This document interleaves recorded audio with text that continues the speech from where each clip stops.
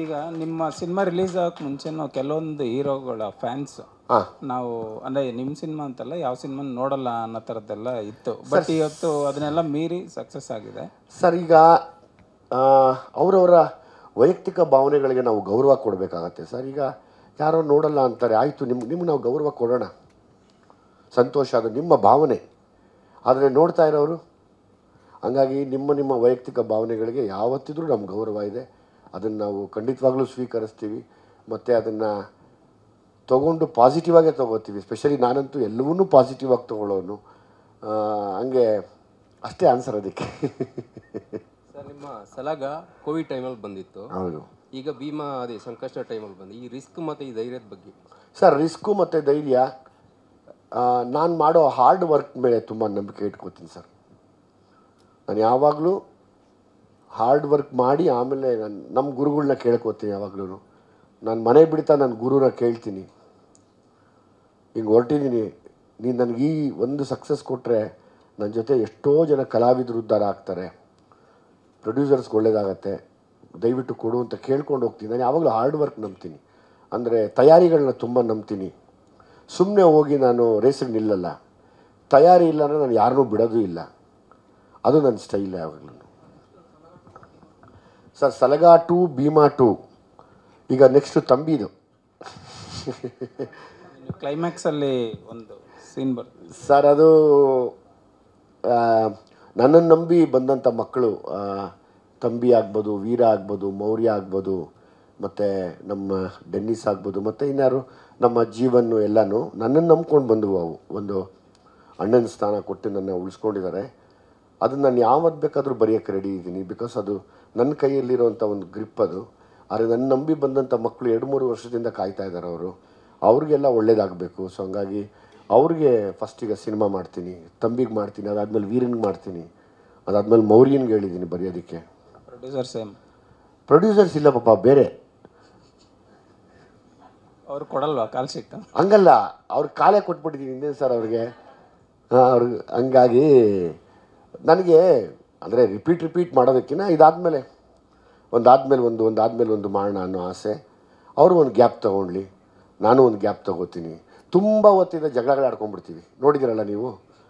ಅಂದರೆ ನಾನೇ ಅಂತಲ್ಲ, ಯಾವುದೇ ಸಂಬಂಧಗಳಿಗೆ ತುಂಬ ಹೊತ್ತು ಹಿಂಗಿದ್ರೆ ಹೋಗ್ರಿ ಅಂದ್ಬಿಡ್ತಾರೆ. ಬೇಡ, ಅದು ನನ್ನ ಮೇಲೆ ಅವ್ರಿಗೆ ನನ್ನೊಂದು ಅಷ್ಟು ಗೌರವ ಇಟ್ಟಿದ್ದೀನಿ, ಅವ್ರು ನನ್ನ ಮೇಲೆ ಗೌರವ ಇಟ್ಕೊಂಡಿದ್ದಾರೆ. ಒಂದು ಸಣ್ಣ ಗ್ಯಾಪ್ ತೊಗೋತೀನಿ. ನನಗೆ ಅದೇ ಥರ ಟೇಸ್ಟ್, ಪ್ಯಾಷನ್ ಇರುವಂಥ ಪ್ರೊಡ್ಯೂಸರ್ಸ್ ಬೇಕು ನನಗೆ. ಆ ಪ್ರೊಡ್ಯೂಸರ್ಗೆ ಕಾಯ್ತಾ ಇದ್ದೀನಿ ನಾನು. ಸೊ ಹಂಗಾಗಿ ತಂಬಿದಿನೇ ಅನೌನ್ಸ್ ಮಾಡ್ತೀನಿ.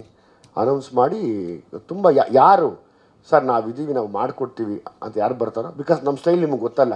ನನ್ನನ್ನು ನಂಬಿದ್ದವರು ಇವರು ಹಂಗೆ ಇದ್ದರು, ಏನು ಹೇಳಿದ್ರು ಬೇಡ ಅನ್ನಲಿಲ್ಲ ನಮಗೆ. ಆ ಥರದ ಪ್ರೊಡ್ಯೂಸರ್ಗಳು ಬೇಕು. ಈಗ ಏನಾಗ್ಬಿಟ್ಟಿದೆ ಅಂದರೆ ಪ್ರೊಡ್ಯೂಸರ್ಗಳೇ ಡೈರೆಕ್ಟರ್ಗಳಾಗ್ಬಿಟ್ಟಿದ್ದಾರೆ. ಮೊನ್ನೆ ಒಬ್ಬರು ಪ್ರೊಡ್ಯೂಸರ್ ಫೋನ್ ಮಾಡಿದ್ರು, ಎಲ್ಲ ಚೆನ್ನಾಗಿ ಮಾಡಿದ್ದೀನಿ ನೀನು, ಸಕ್ಕತ್ತಾಗಿದೆ, ಬಟ್ ಅದೊಂಥರ ಇದೆ, ಒಂಥರ ಇದೆ. ನಾನು ಹೇಳಿದೆ, ಗುರು ಒಂದು ಕೆಲಸ ಮಾಡು, ನೀನು ಡೈರೆಕ್ಷನ್ ಮಾಡಿಬಿಡು, ನಾನು ಆ್ಯಕ್ಟಿಂಗ್ ಮಾಡಿಬಿಡ್ತೀನಿ ಅಂದೆ. ಅಂದರೆ ಪ್ರೊಡ್ಯೂಸರ್ ಯಾವ ಲೆಕ್ಕದಲ್ಲಿದ್ದಾರೆ ಅಂದರೆ, ನೀವು ಕತೆ ಹೇಳ್ತಾ ಇದ್ದರೆ ಕತೆ ಕೇಳಲ್ಲ, ಕ್ಯಾಲ್ಕುಲೇಟ್ ಮಾಡ್ತಾ ಇರ್ತಾರೆ. ಇದಕ್ಕಿಷ್ಟು ಸಾವಿರ, ಇದಕ್ಕಿಷ್ಟು ಲಕ್ಷ, ಇದಕ್ಕಿಷ್ಟು ಕೋಟಿ, ಅನ್ನಕ್ಕಿಷ್ಟು ಹಾಕಬೇಕು, ಬೇಳೆಗಿಷ್ಟು ಕೊಡಬೇಕು, ಬೆಲ್ಲಕ್ಕಿಷ್ಟು ಕೊಡಬೇಕು, ಆರ್ಟಿಸ್ಟ್ಗಿಷ್ಟು ಕೊಡಬೇಕು. ಅವ್ರಿಗೆ ಕತೆ ಕೇಳಿದಿರಾ ಅವ್ರಿಗೆ ಲಿಸ್ಟ್ ಕೊಟ್ಬಿಡ್ತಾರೆ, ತೊಗೊಳ್ಳಿ ಈ ಲಿಸ್ಟ್. ಈಗ ನಾವು ಅಡುಗೆ ಮಾಡೋರಿಗೆ ಲಿಸ್ಟ್ ಕೊಡಲ್ವಾ, ಹಂಗೆ ಲಿಸ್ಟ್ ಕೊಟ್ಬಿಡ್ತಾರೆ, ಈ ಲಿಸ್ಟ್ ಇದ್ರೆ ಪಿಕ್ಚರ್ ಮಾಡೋಣ ಅಂತ. ದೇವರಾಣೆಗಳು ಅಂಥ ಪ್ರೊಡ್ಯೂಸರ್ಸ್ ನನಗೆ ಬೇಡ. ನಮ್ಮನ್ನು ಫ್ರೀ ಬಿಡಬೇಕು. ಇವಾಗ ನನ್ನ ಕೃಷ್ಣನ ಮತ್ತು ಜಗದೀಶ್ನ ಸಂಬಂಧ ಹೆಂಗೆ ಅಂದರೆ, ಅವ್ರಿಗೆ ಚೆನ್ನಾಗಿ ಗೊತ್ತು ನಾವೆಷ್ಟು ಕ್ಲೀನ್ ಹ್ಯಾಂಡು ಅಂತ. ಯಾಕೆಂದರೆ ಆ ಥರದ್ದು ನಡೆದಿದೆ. ಅದಕ್ಕೆ ಉದಾಹರಣೆಗಳು ತಾವು ನೋಡಿದ್ದೀರ. ನಾವೆಲ್ಲ we die for the achievement. ಯಾವಾಗಲೂ ನಾವು ಸಾಯದೆ ಅಚೀವ್ಮೆಂಟ್ ಮಾಡೋಕ್ಕೆ ಹೊಡೆದಾ ಇರ್ತೀವಿ. ಸೊ ಹಂಗಾಗಿ ಆ ಥರ ಪ್ಯಾಷನ್ ಇರುವಂಥ ಯಾವುದೇ ಪ್ರೊಡ್ಯೂಸರ್ಗೆ ಓಪನ್ ಮೀಡಿಯಲ್ಲಿ ಓಪನ್ ವೆಲ್ಕಮ್. ಬರಲಿ, ನನ್ನ ತಂಬಿ ಸಿನಿಮಾಗೆ ನಾವು ಮಾಡ್ತೀವಿ. ನಿಮಗೆ Arjun sir, next lineup movie ಜಡೇಶ್ದಿದೆ. ಜಡೇಶ್ ಜೊತೆಲೇ ತಂಬಿ ಸ್ಟಾರ್ಟ್ ಮಾಡ್ತೀನಿ. ನಿಮಗೆ ಅರ್ಜುನ್ ಜನ್ಯ ಮೇಲೆ ಸಿಟ್ಟಿದೆಯಾ? ಅರ್ಜುನ್ ಜನ್ಯ ಮೇಲೆ ನಂಗೆ ಪ್ರೀತಿ ಸರ್. ಅರ್ಜುನ್ ಜನ್ಯ ನನಗೆ ನನ್ನ ಫೇವ್ರೆಟ್ ಮ್ಯೂಸಿಕ್ ಡೈರೆಕ್ಟರ್ ಕೂಡ.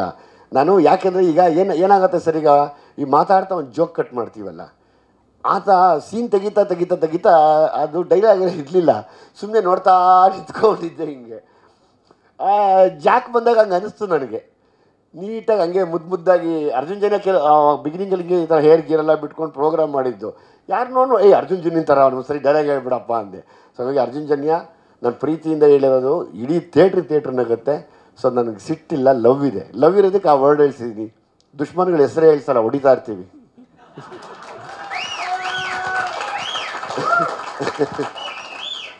ಇಲ್ಲಿ ಕೆಲವೊಂದು ಡೈಲಾಗ್ಸಲ್ಲಿ ಬೇರೆಯವ್ರಿಗೆ ಏನಾದ್ರು ಕೌಂಟ್ರ್ ಕೊಡೋಕ್ಕೆ ಯಾರಿಗೆ ಸರ್, ಯಾರಿಗೆ ಸರ್? ನಾನು ಆಲ್ಮೋಸ್ಟು ಡ್ರಗ್ ಅನ್ನೋ ಒಂದು ವಿಷಯ ಬಂದಾಗ ಬಹುಶಃ ತಾವು ನೋಡಿದರೆ ಯಾರನ್ನೂ ಬಿಡಲಿಲ್ಲ.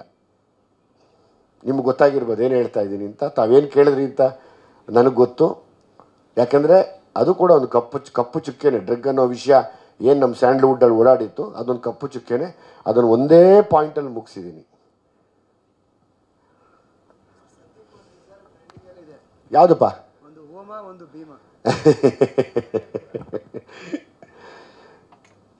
ಎಲ್ರಿಗೂ ಒಳ್ಳೇದಾಗಲಿ ಅಷ್ಟೇ ಹೇಳ್ಬೋದು ನಾನು. ಅಷ್ಟೇ ಹೇಳ್ಬೋದು ನಾವು, ಎಲ್ರಿಗೂ ಒಳ್ಳೇದಾಗಲಿ ಅಂತ. ಎಲ್ಲ ಒಳ್ಳೆಯ ಉದ್ದೇಶಗಳ ಕಾರ್ಯಕ್ಕೆ ಒಳ್ಳೇದಾಗತ್ತೆ ಅಷ್ಟೇ. ಕೇಳಿ ಇನ್ನೇನು ಕೇಳಿ, ದಯಮಾಡಿ ಕೇಳಿ. ಅಪ್ಪ ಅವರಿದ್ದಾರೆ ನೋಡಿ ಅಲ್ಲಿ ಲೆಕ್ಕಾಚಾರಿಗಳು. ನಾವಿಲ್ಲ, ನಾವು ಹಂಗಿಲ್ಲ. ಅವರಾದ್ರೆ ಹೇಳ್ತಾರೆ ಚೆನ್ನಾಗಿ. Any question sir please? ಹಾಂ, ಗ್ರೂಪ್ ಹಾಕೊಂಬಿಡೋಣ. ಎಷ್ಟು ಚೆನ್ನಾಗಿ ಅಂದರು ಅವ್ರೀಗ ನಮ್ಮ ಇವರು. ಒಂದು ಗ್ರೂಪ್ ಹಾಕ್ಕೊಂಬಿಡೋಣ ವಿಜಿ ಅಂದರು. ನಾನು ಸೋಲೋ.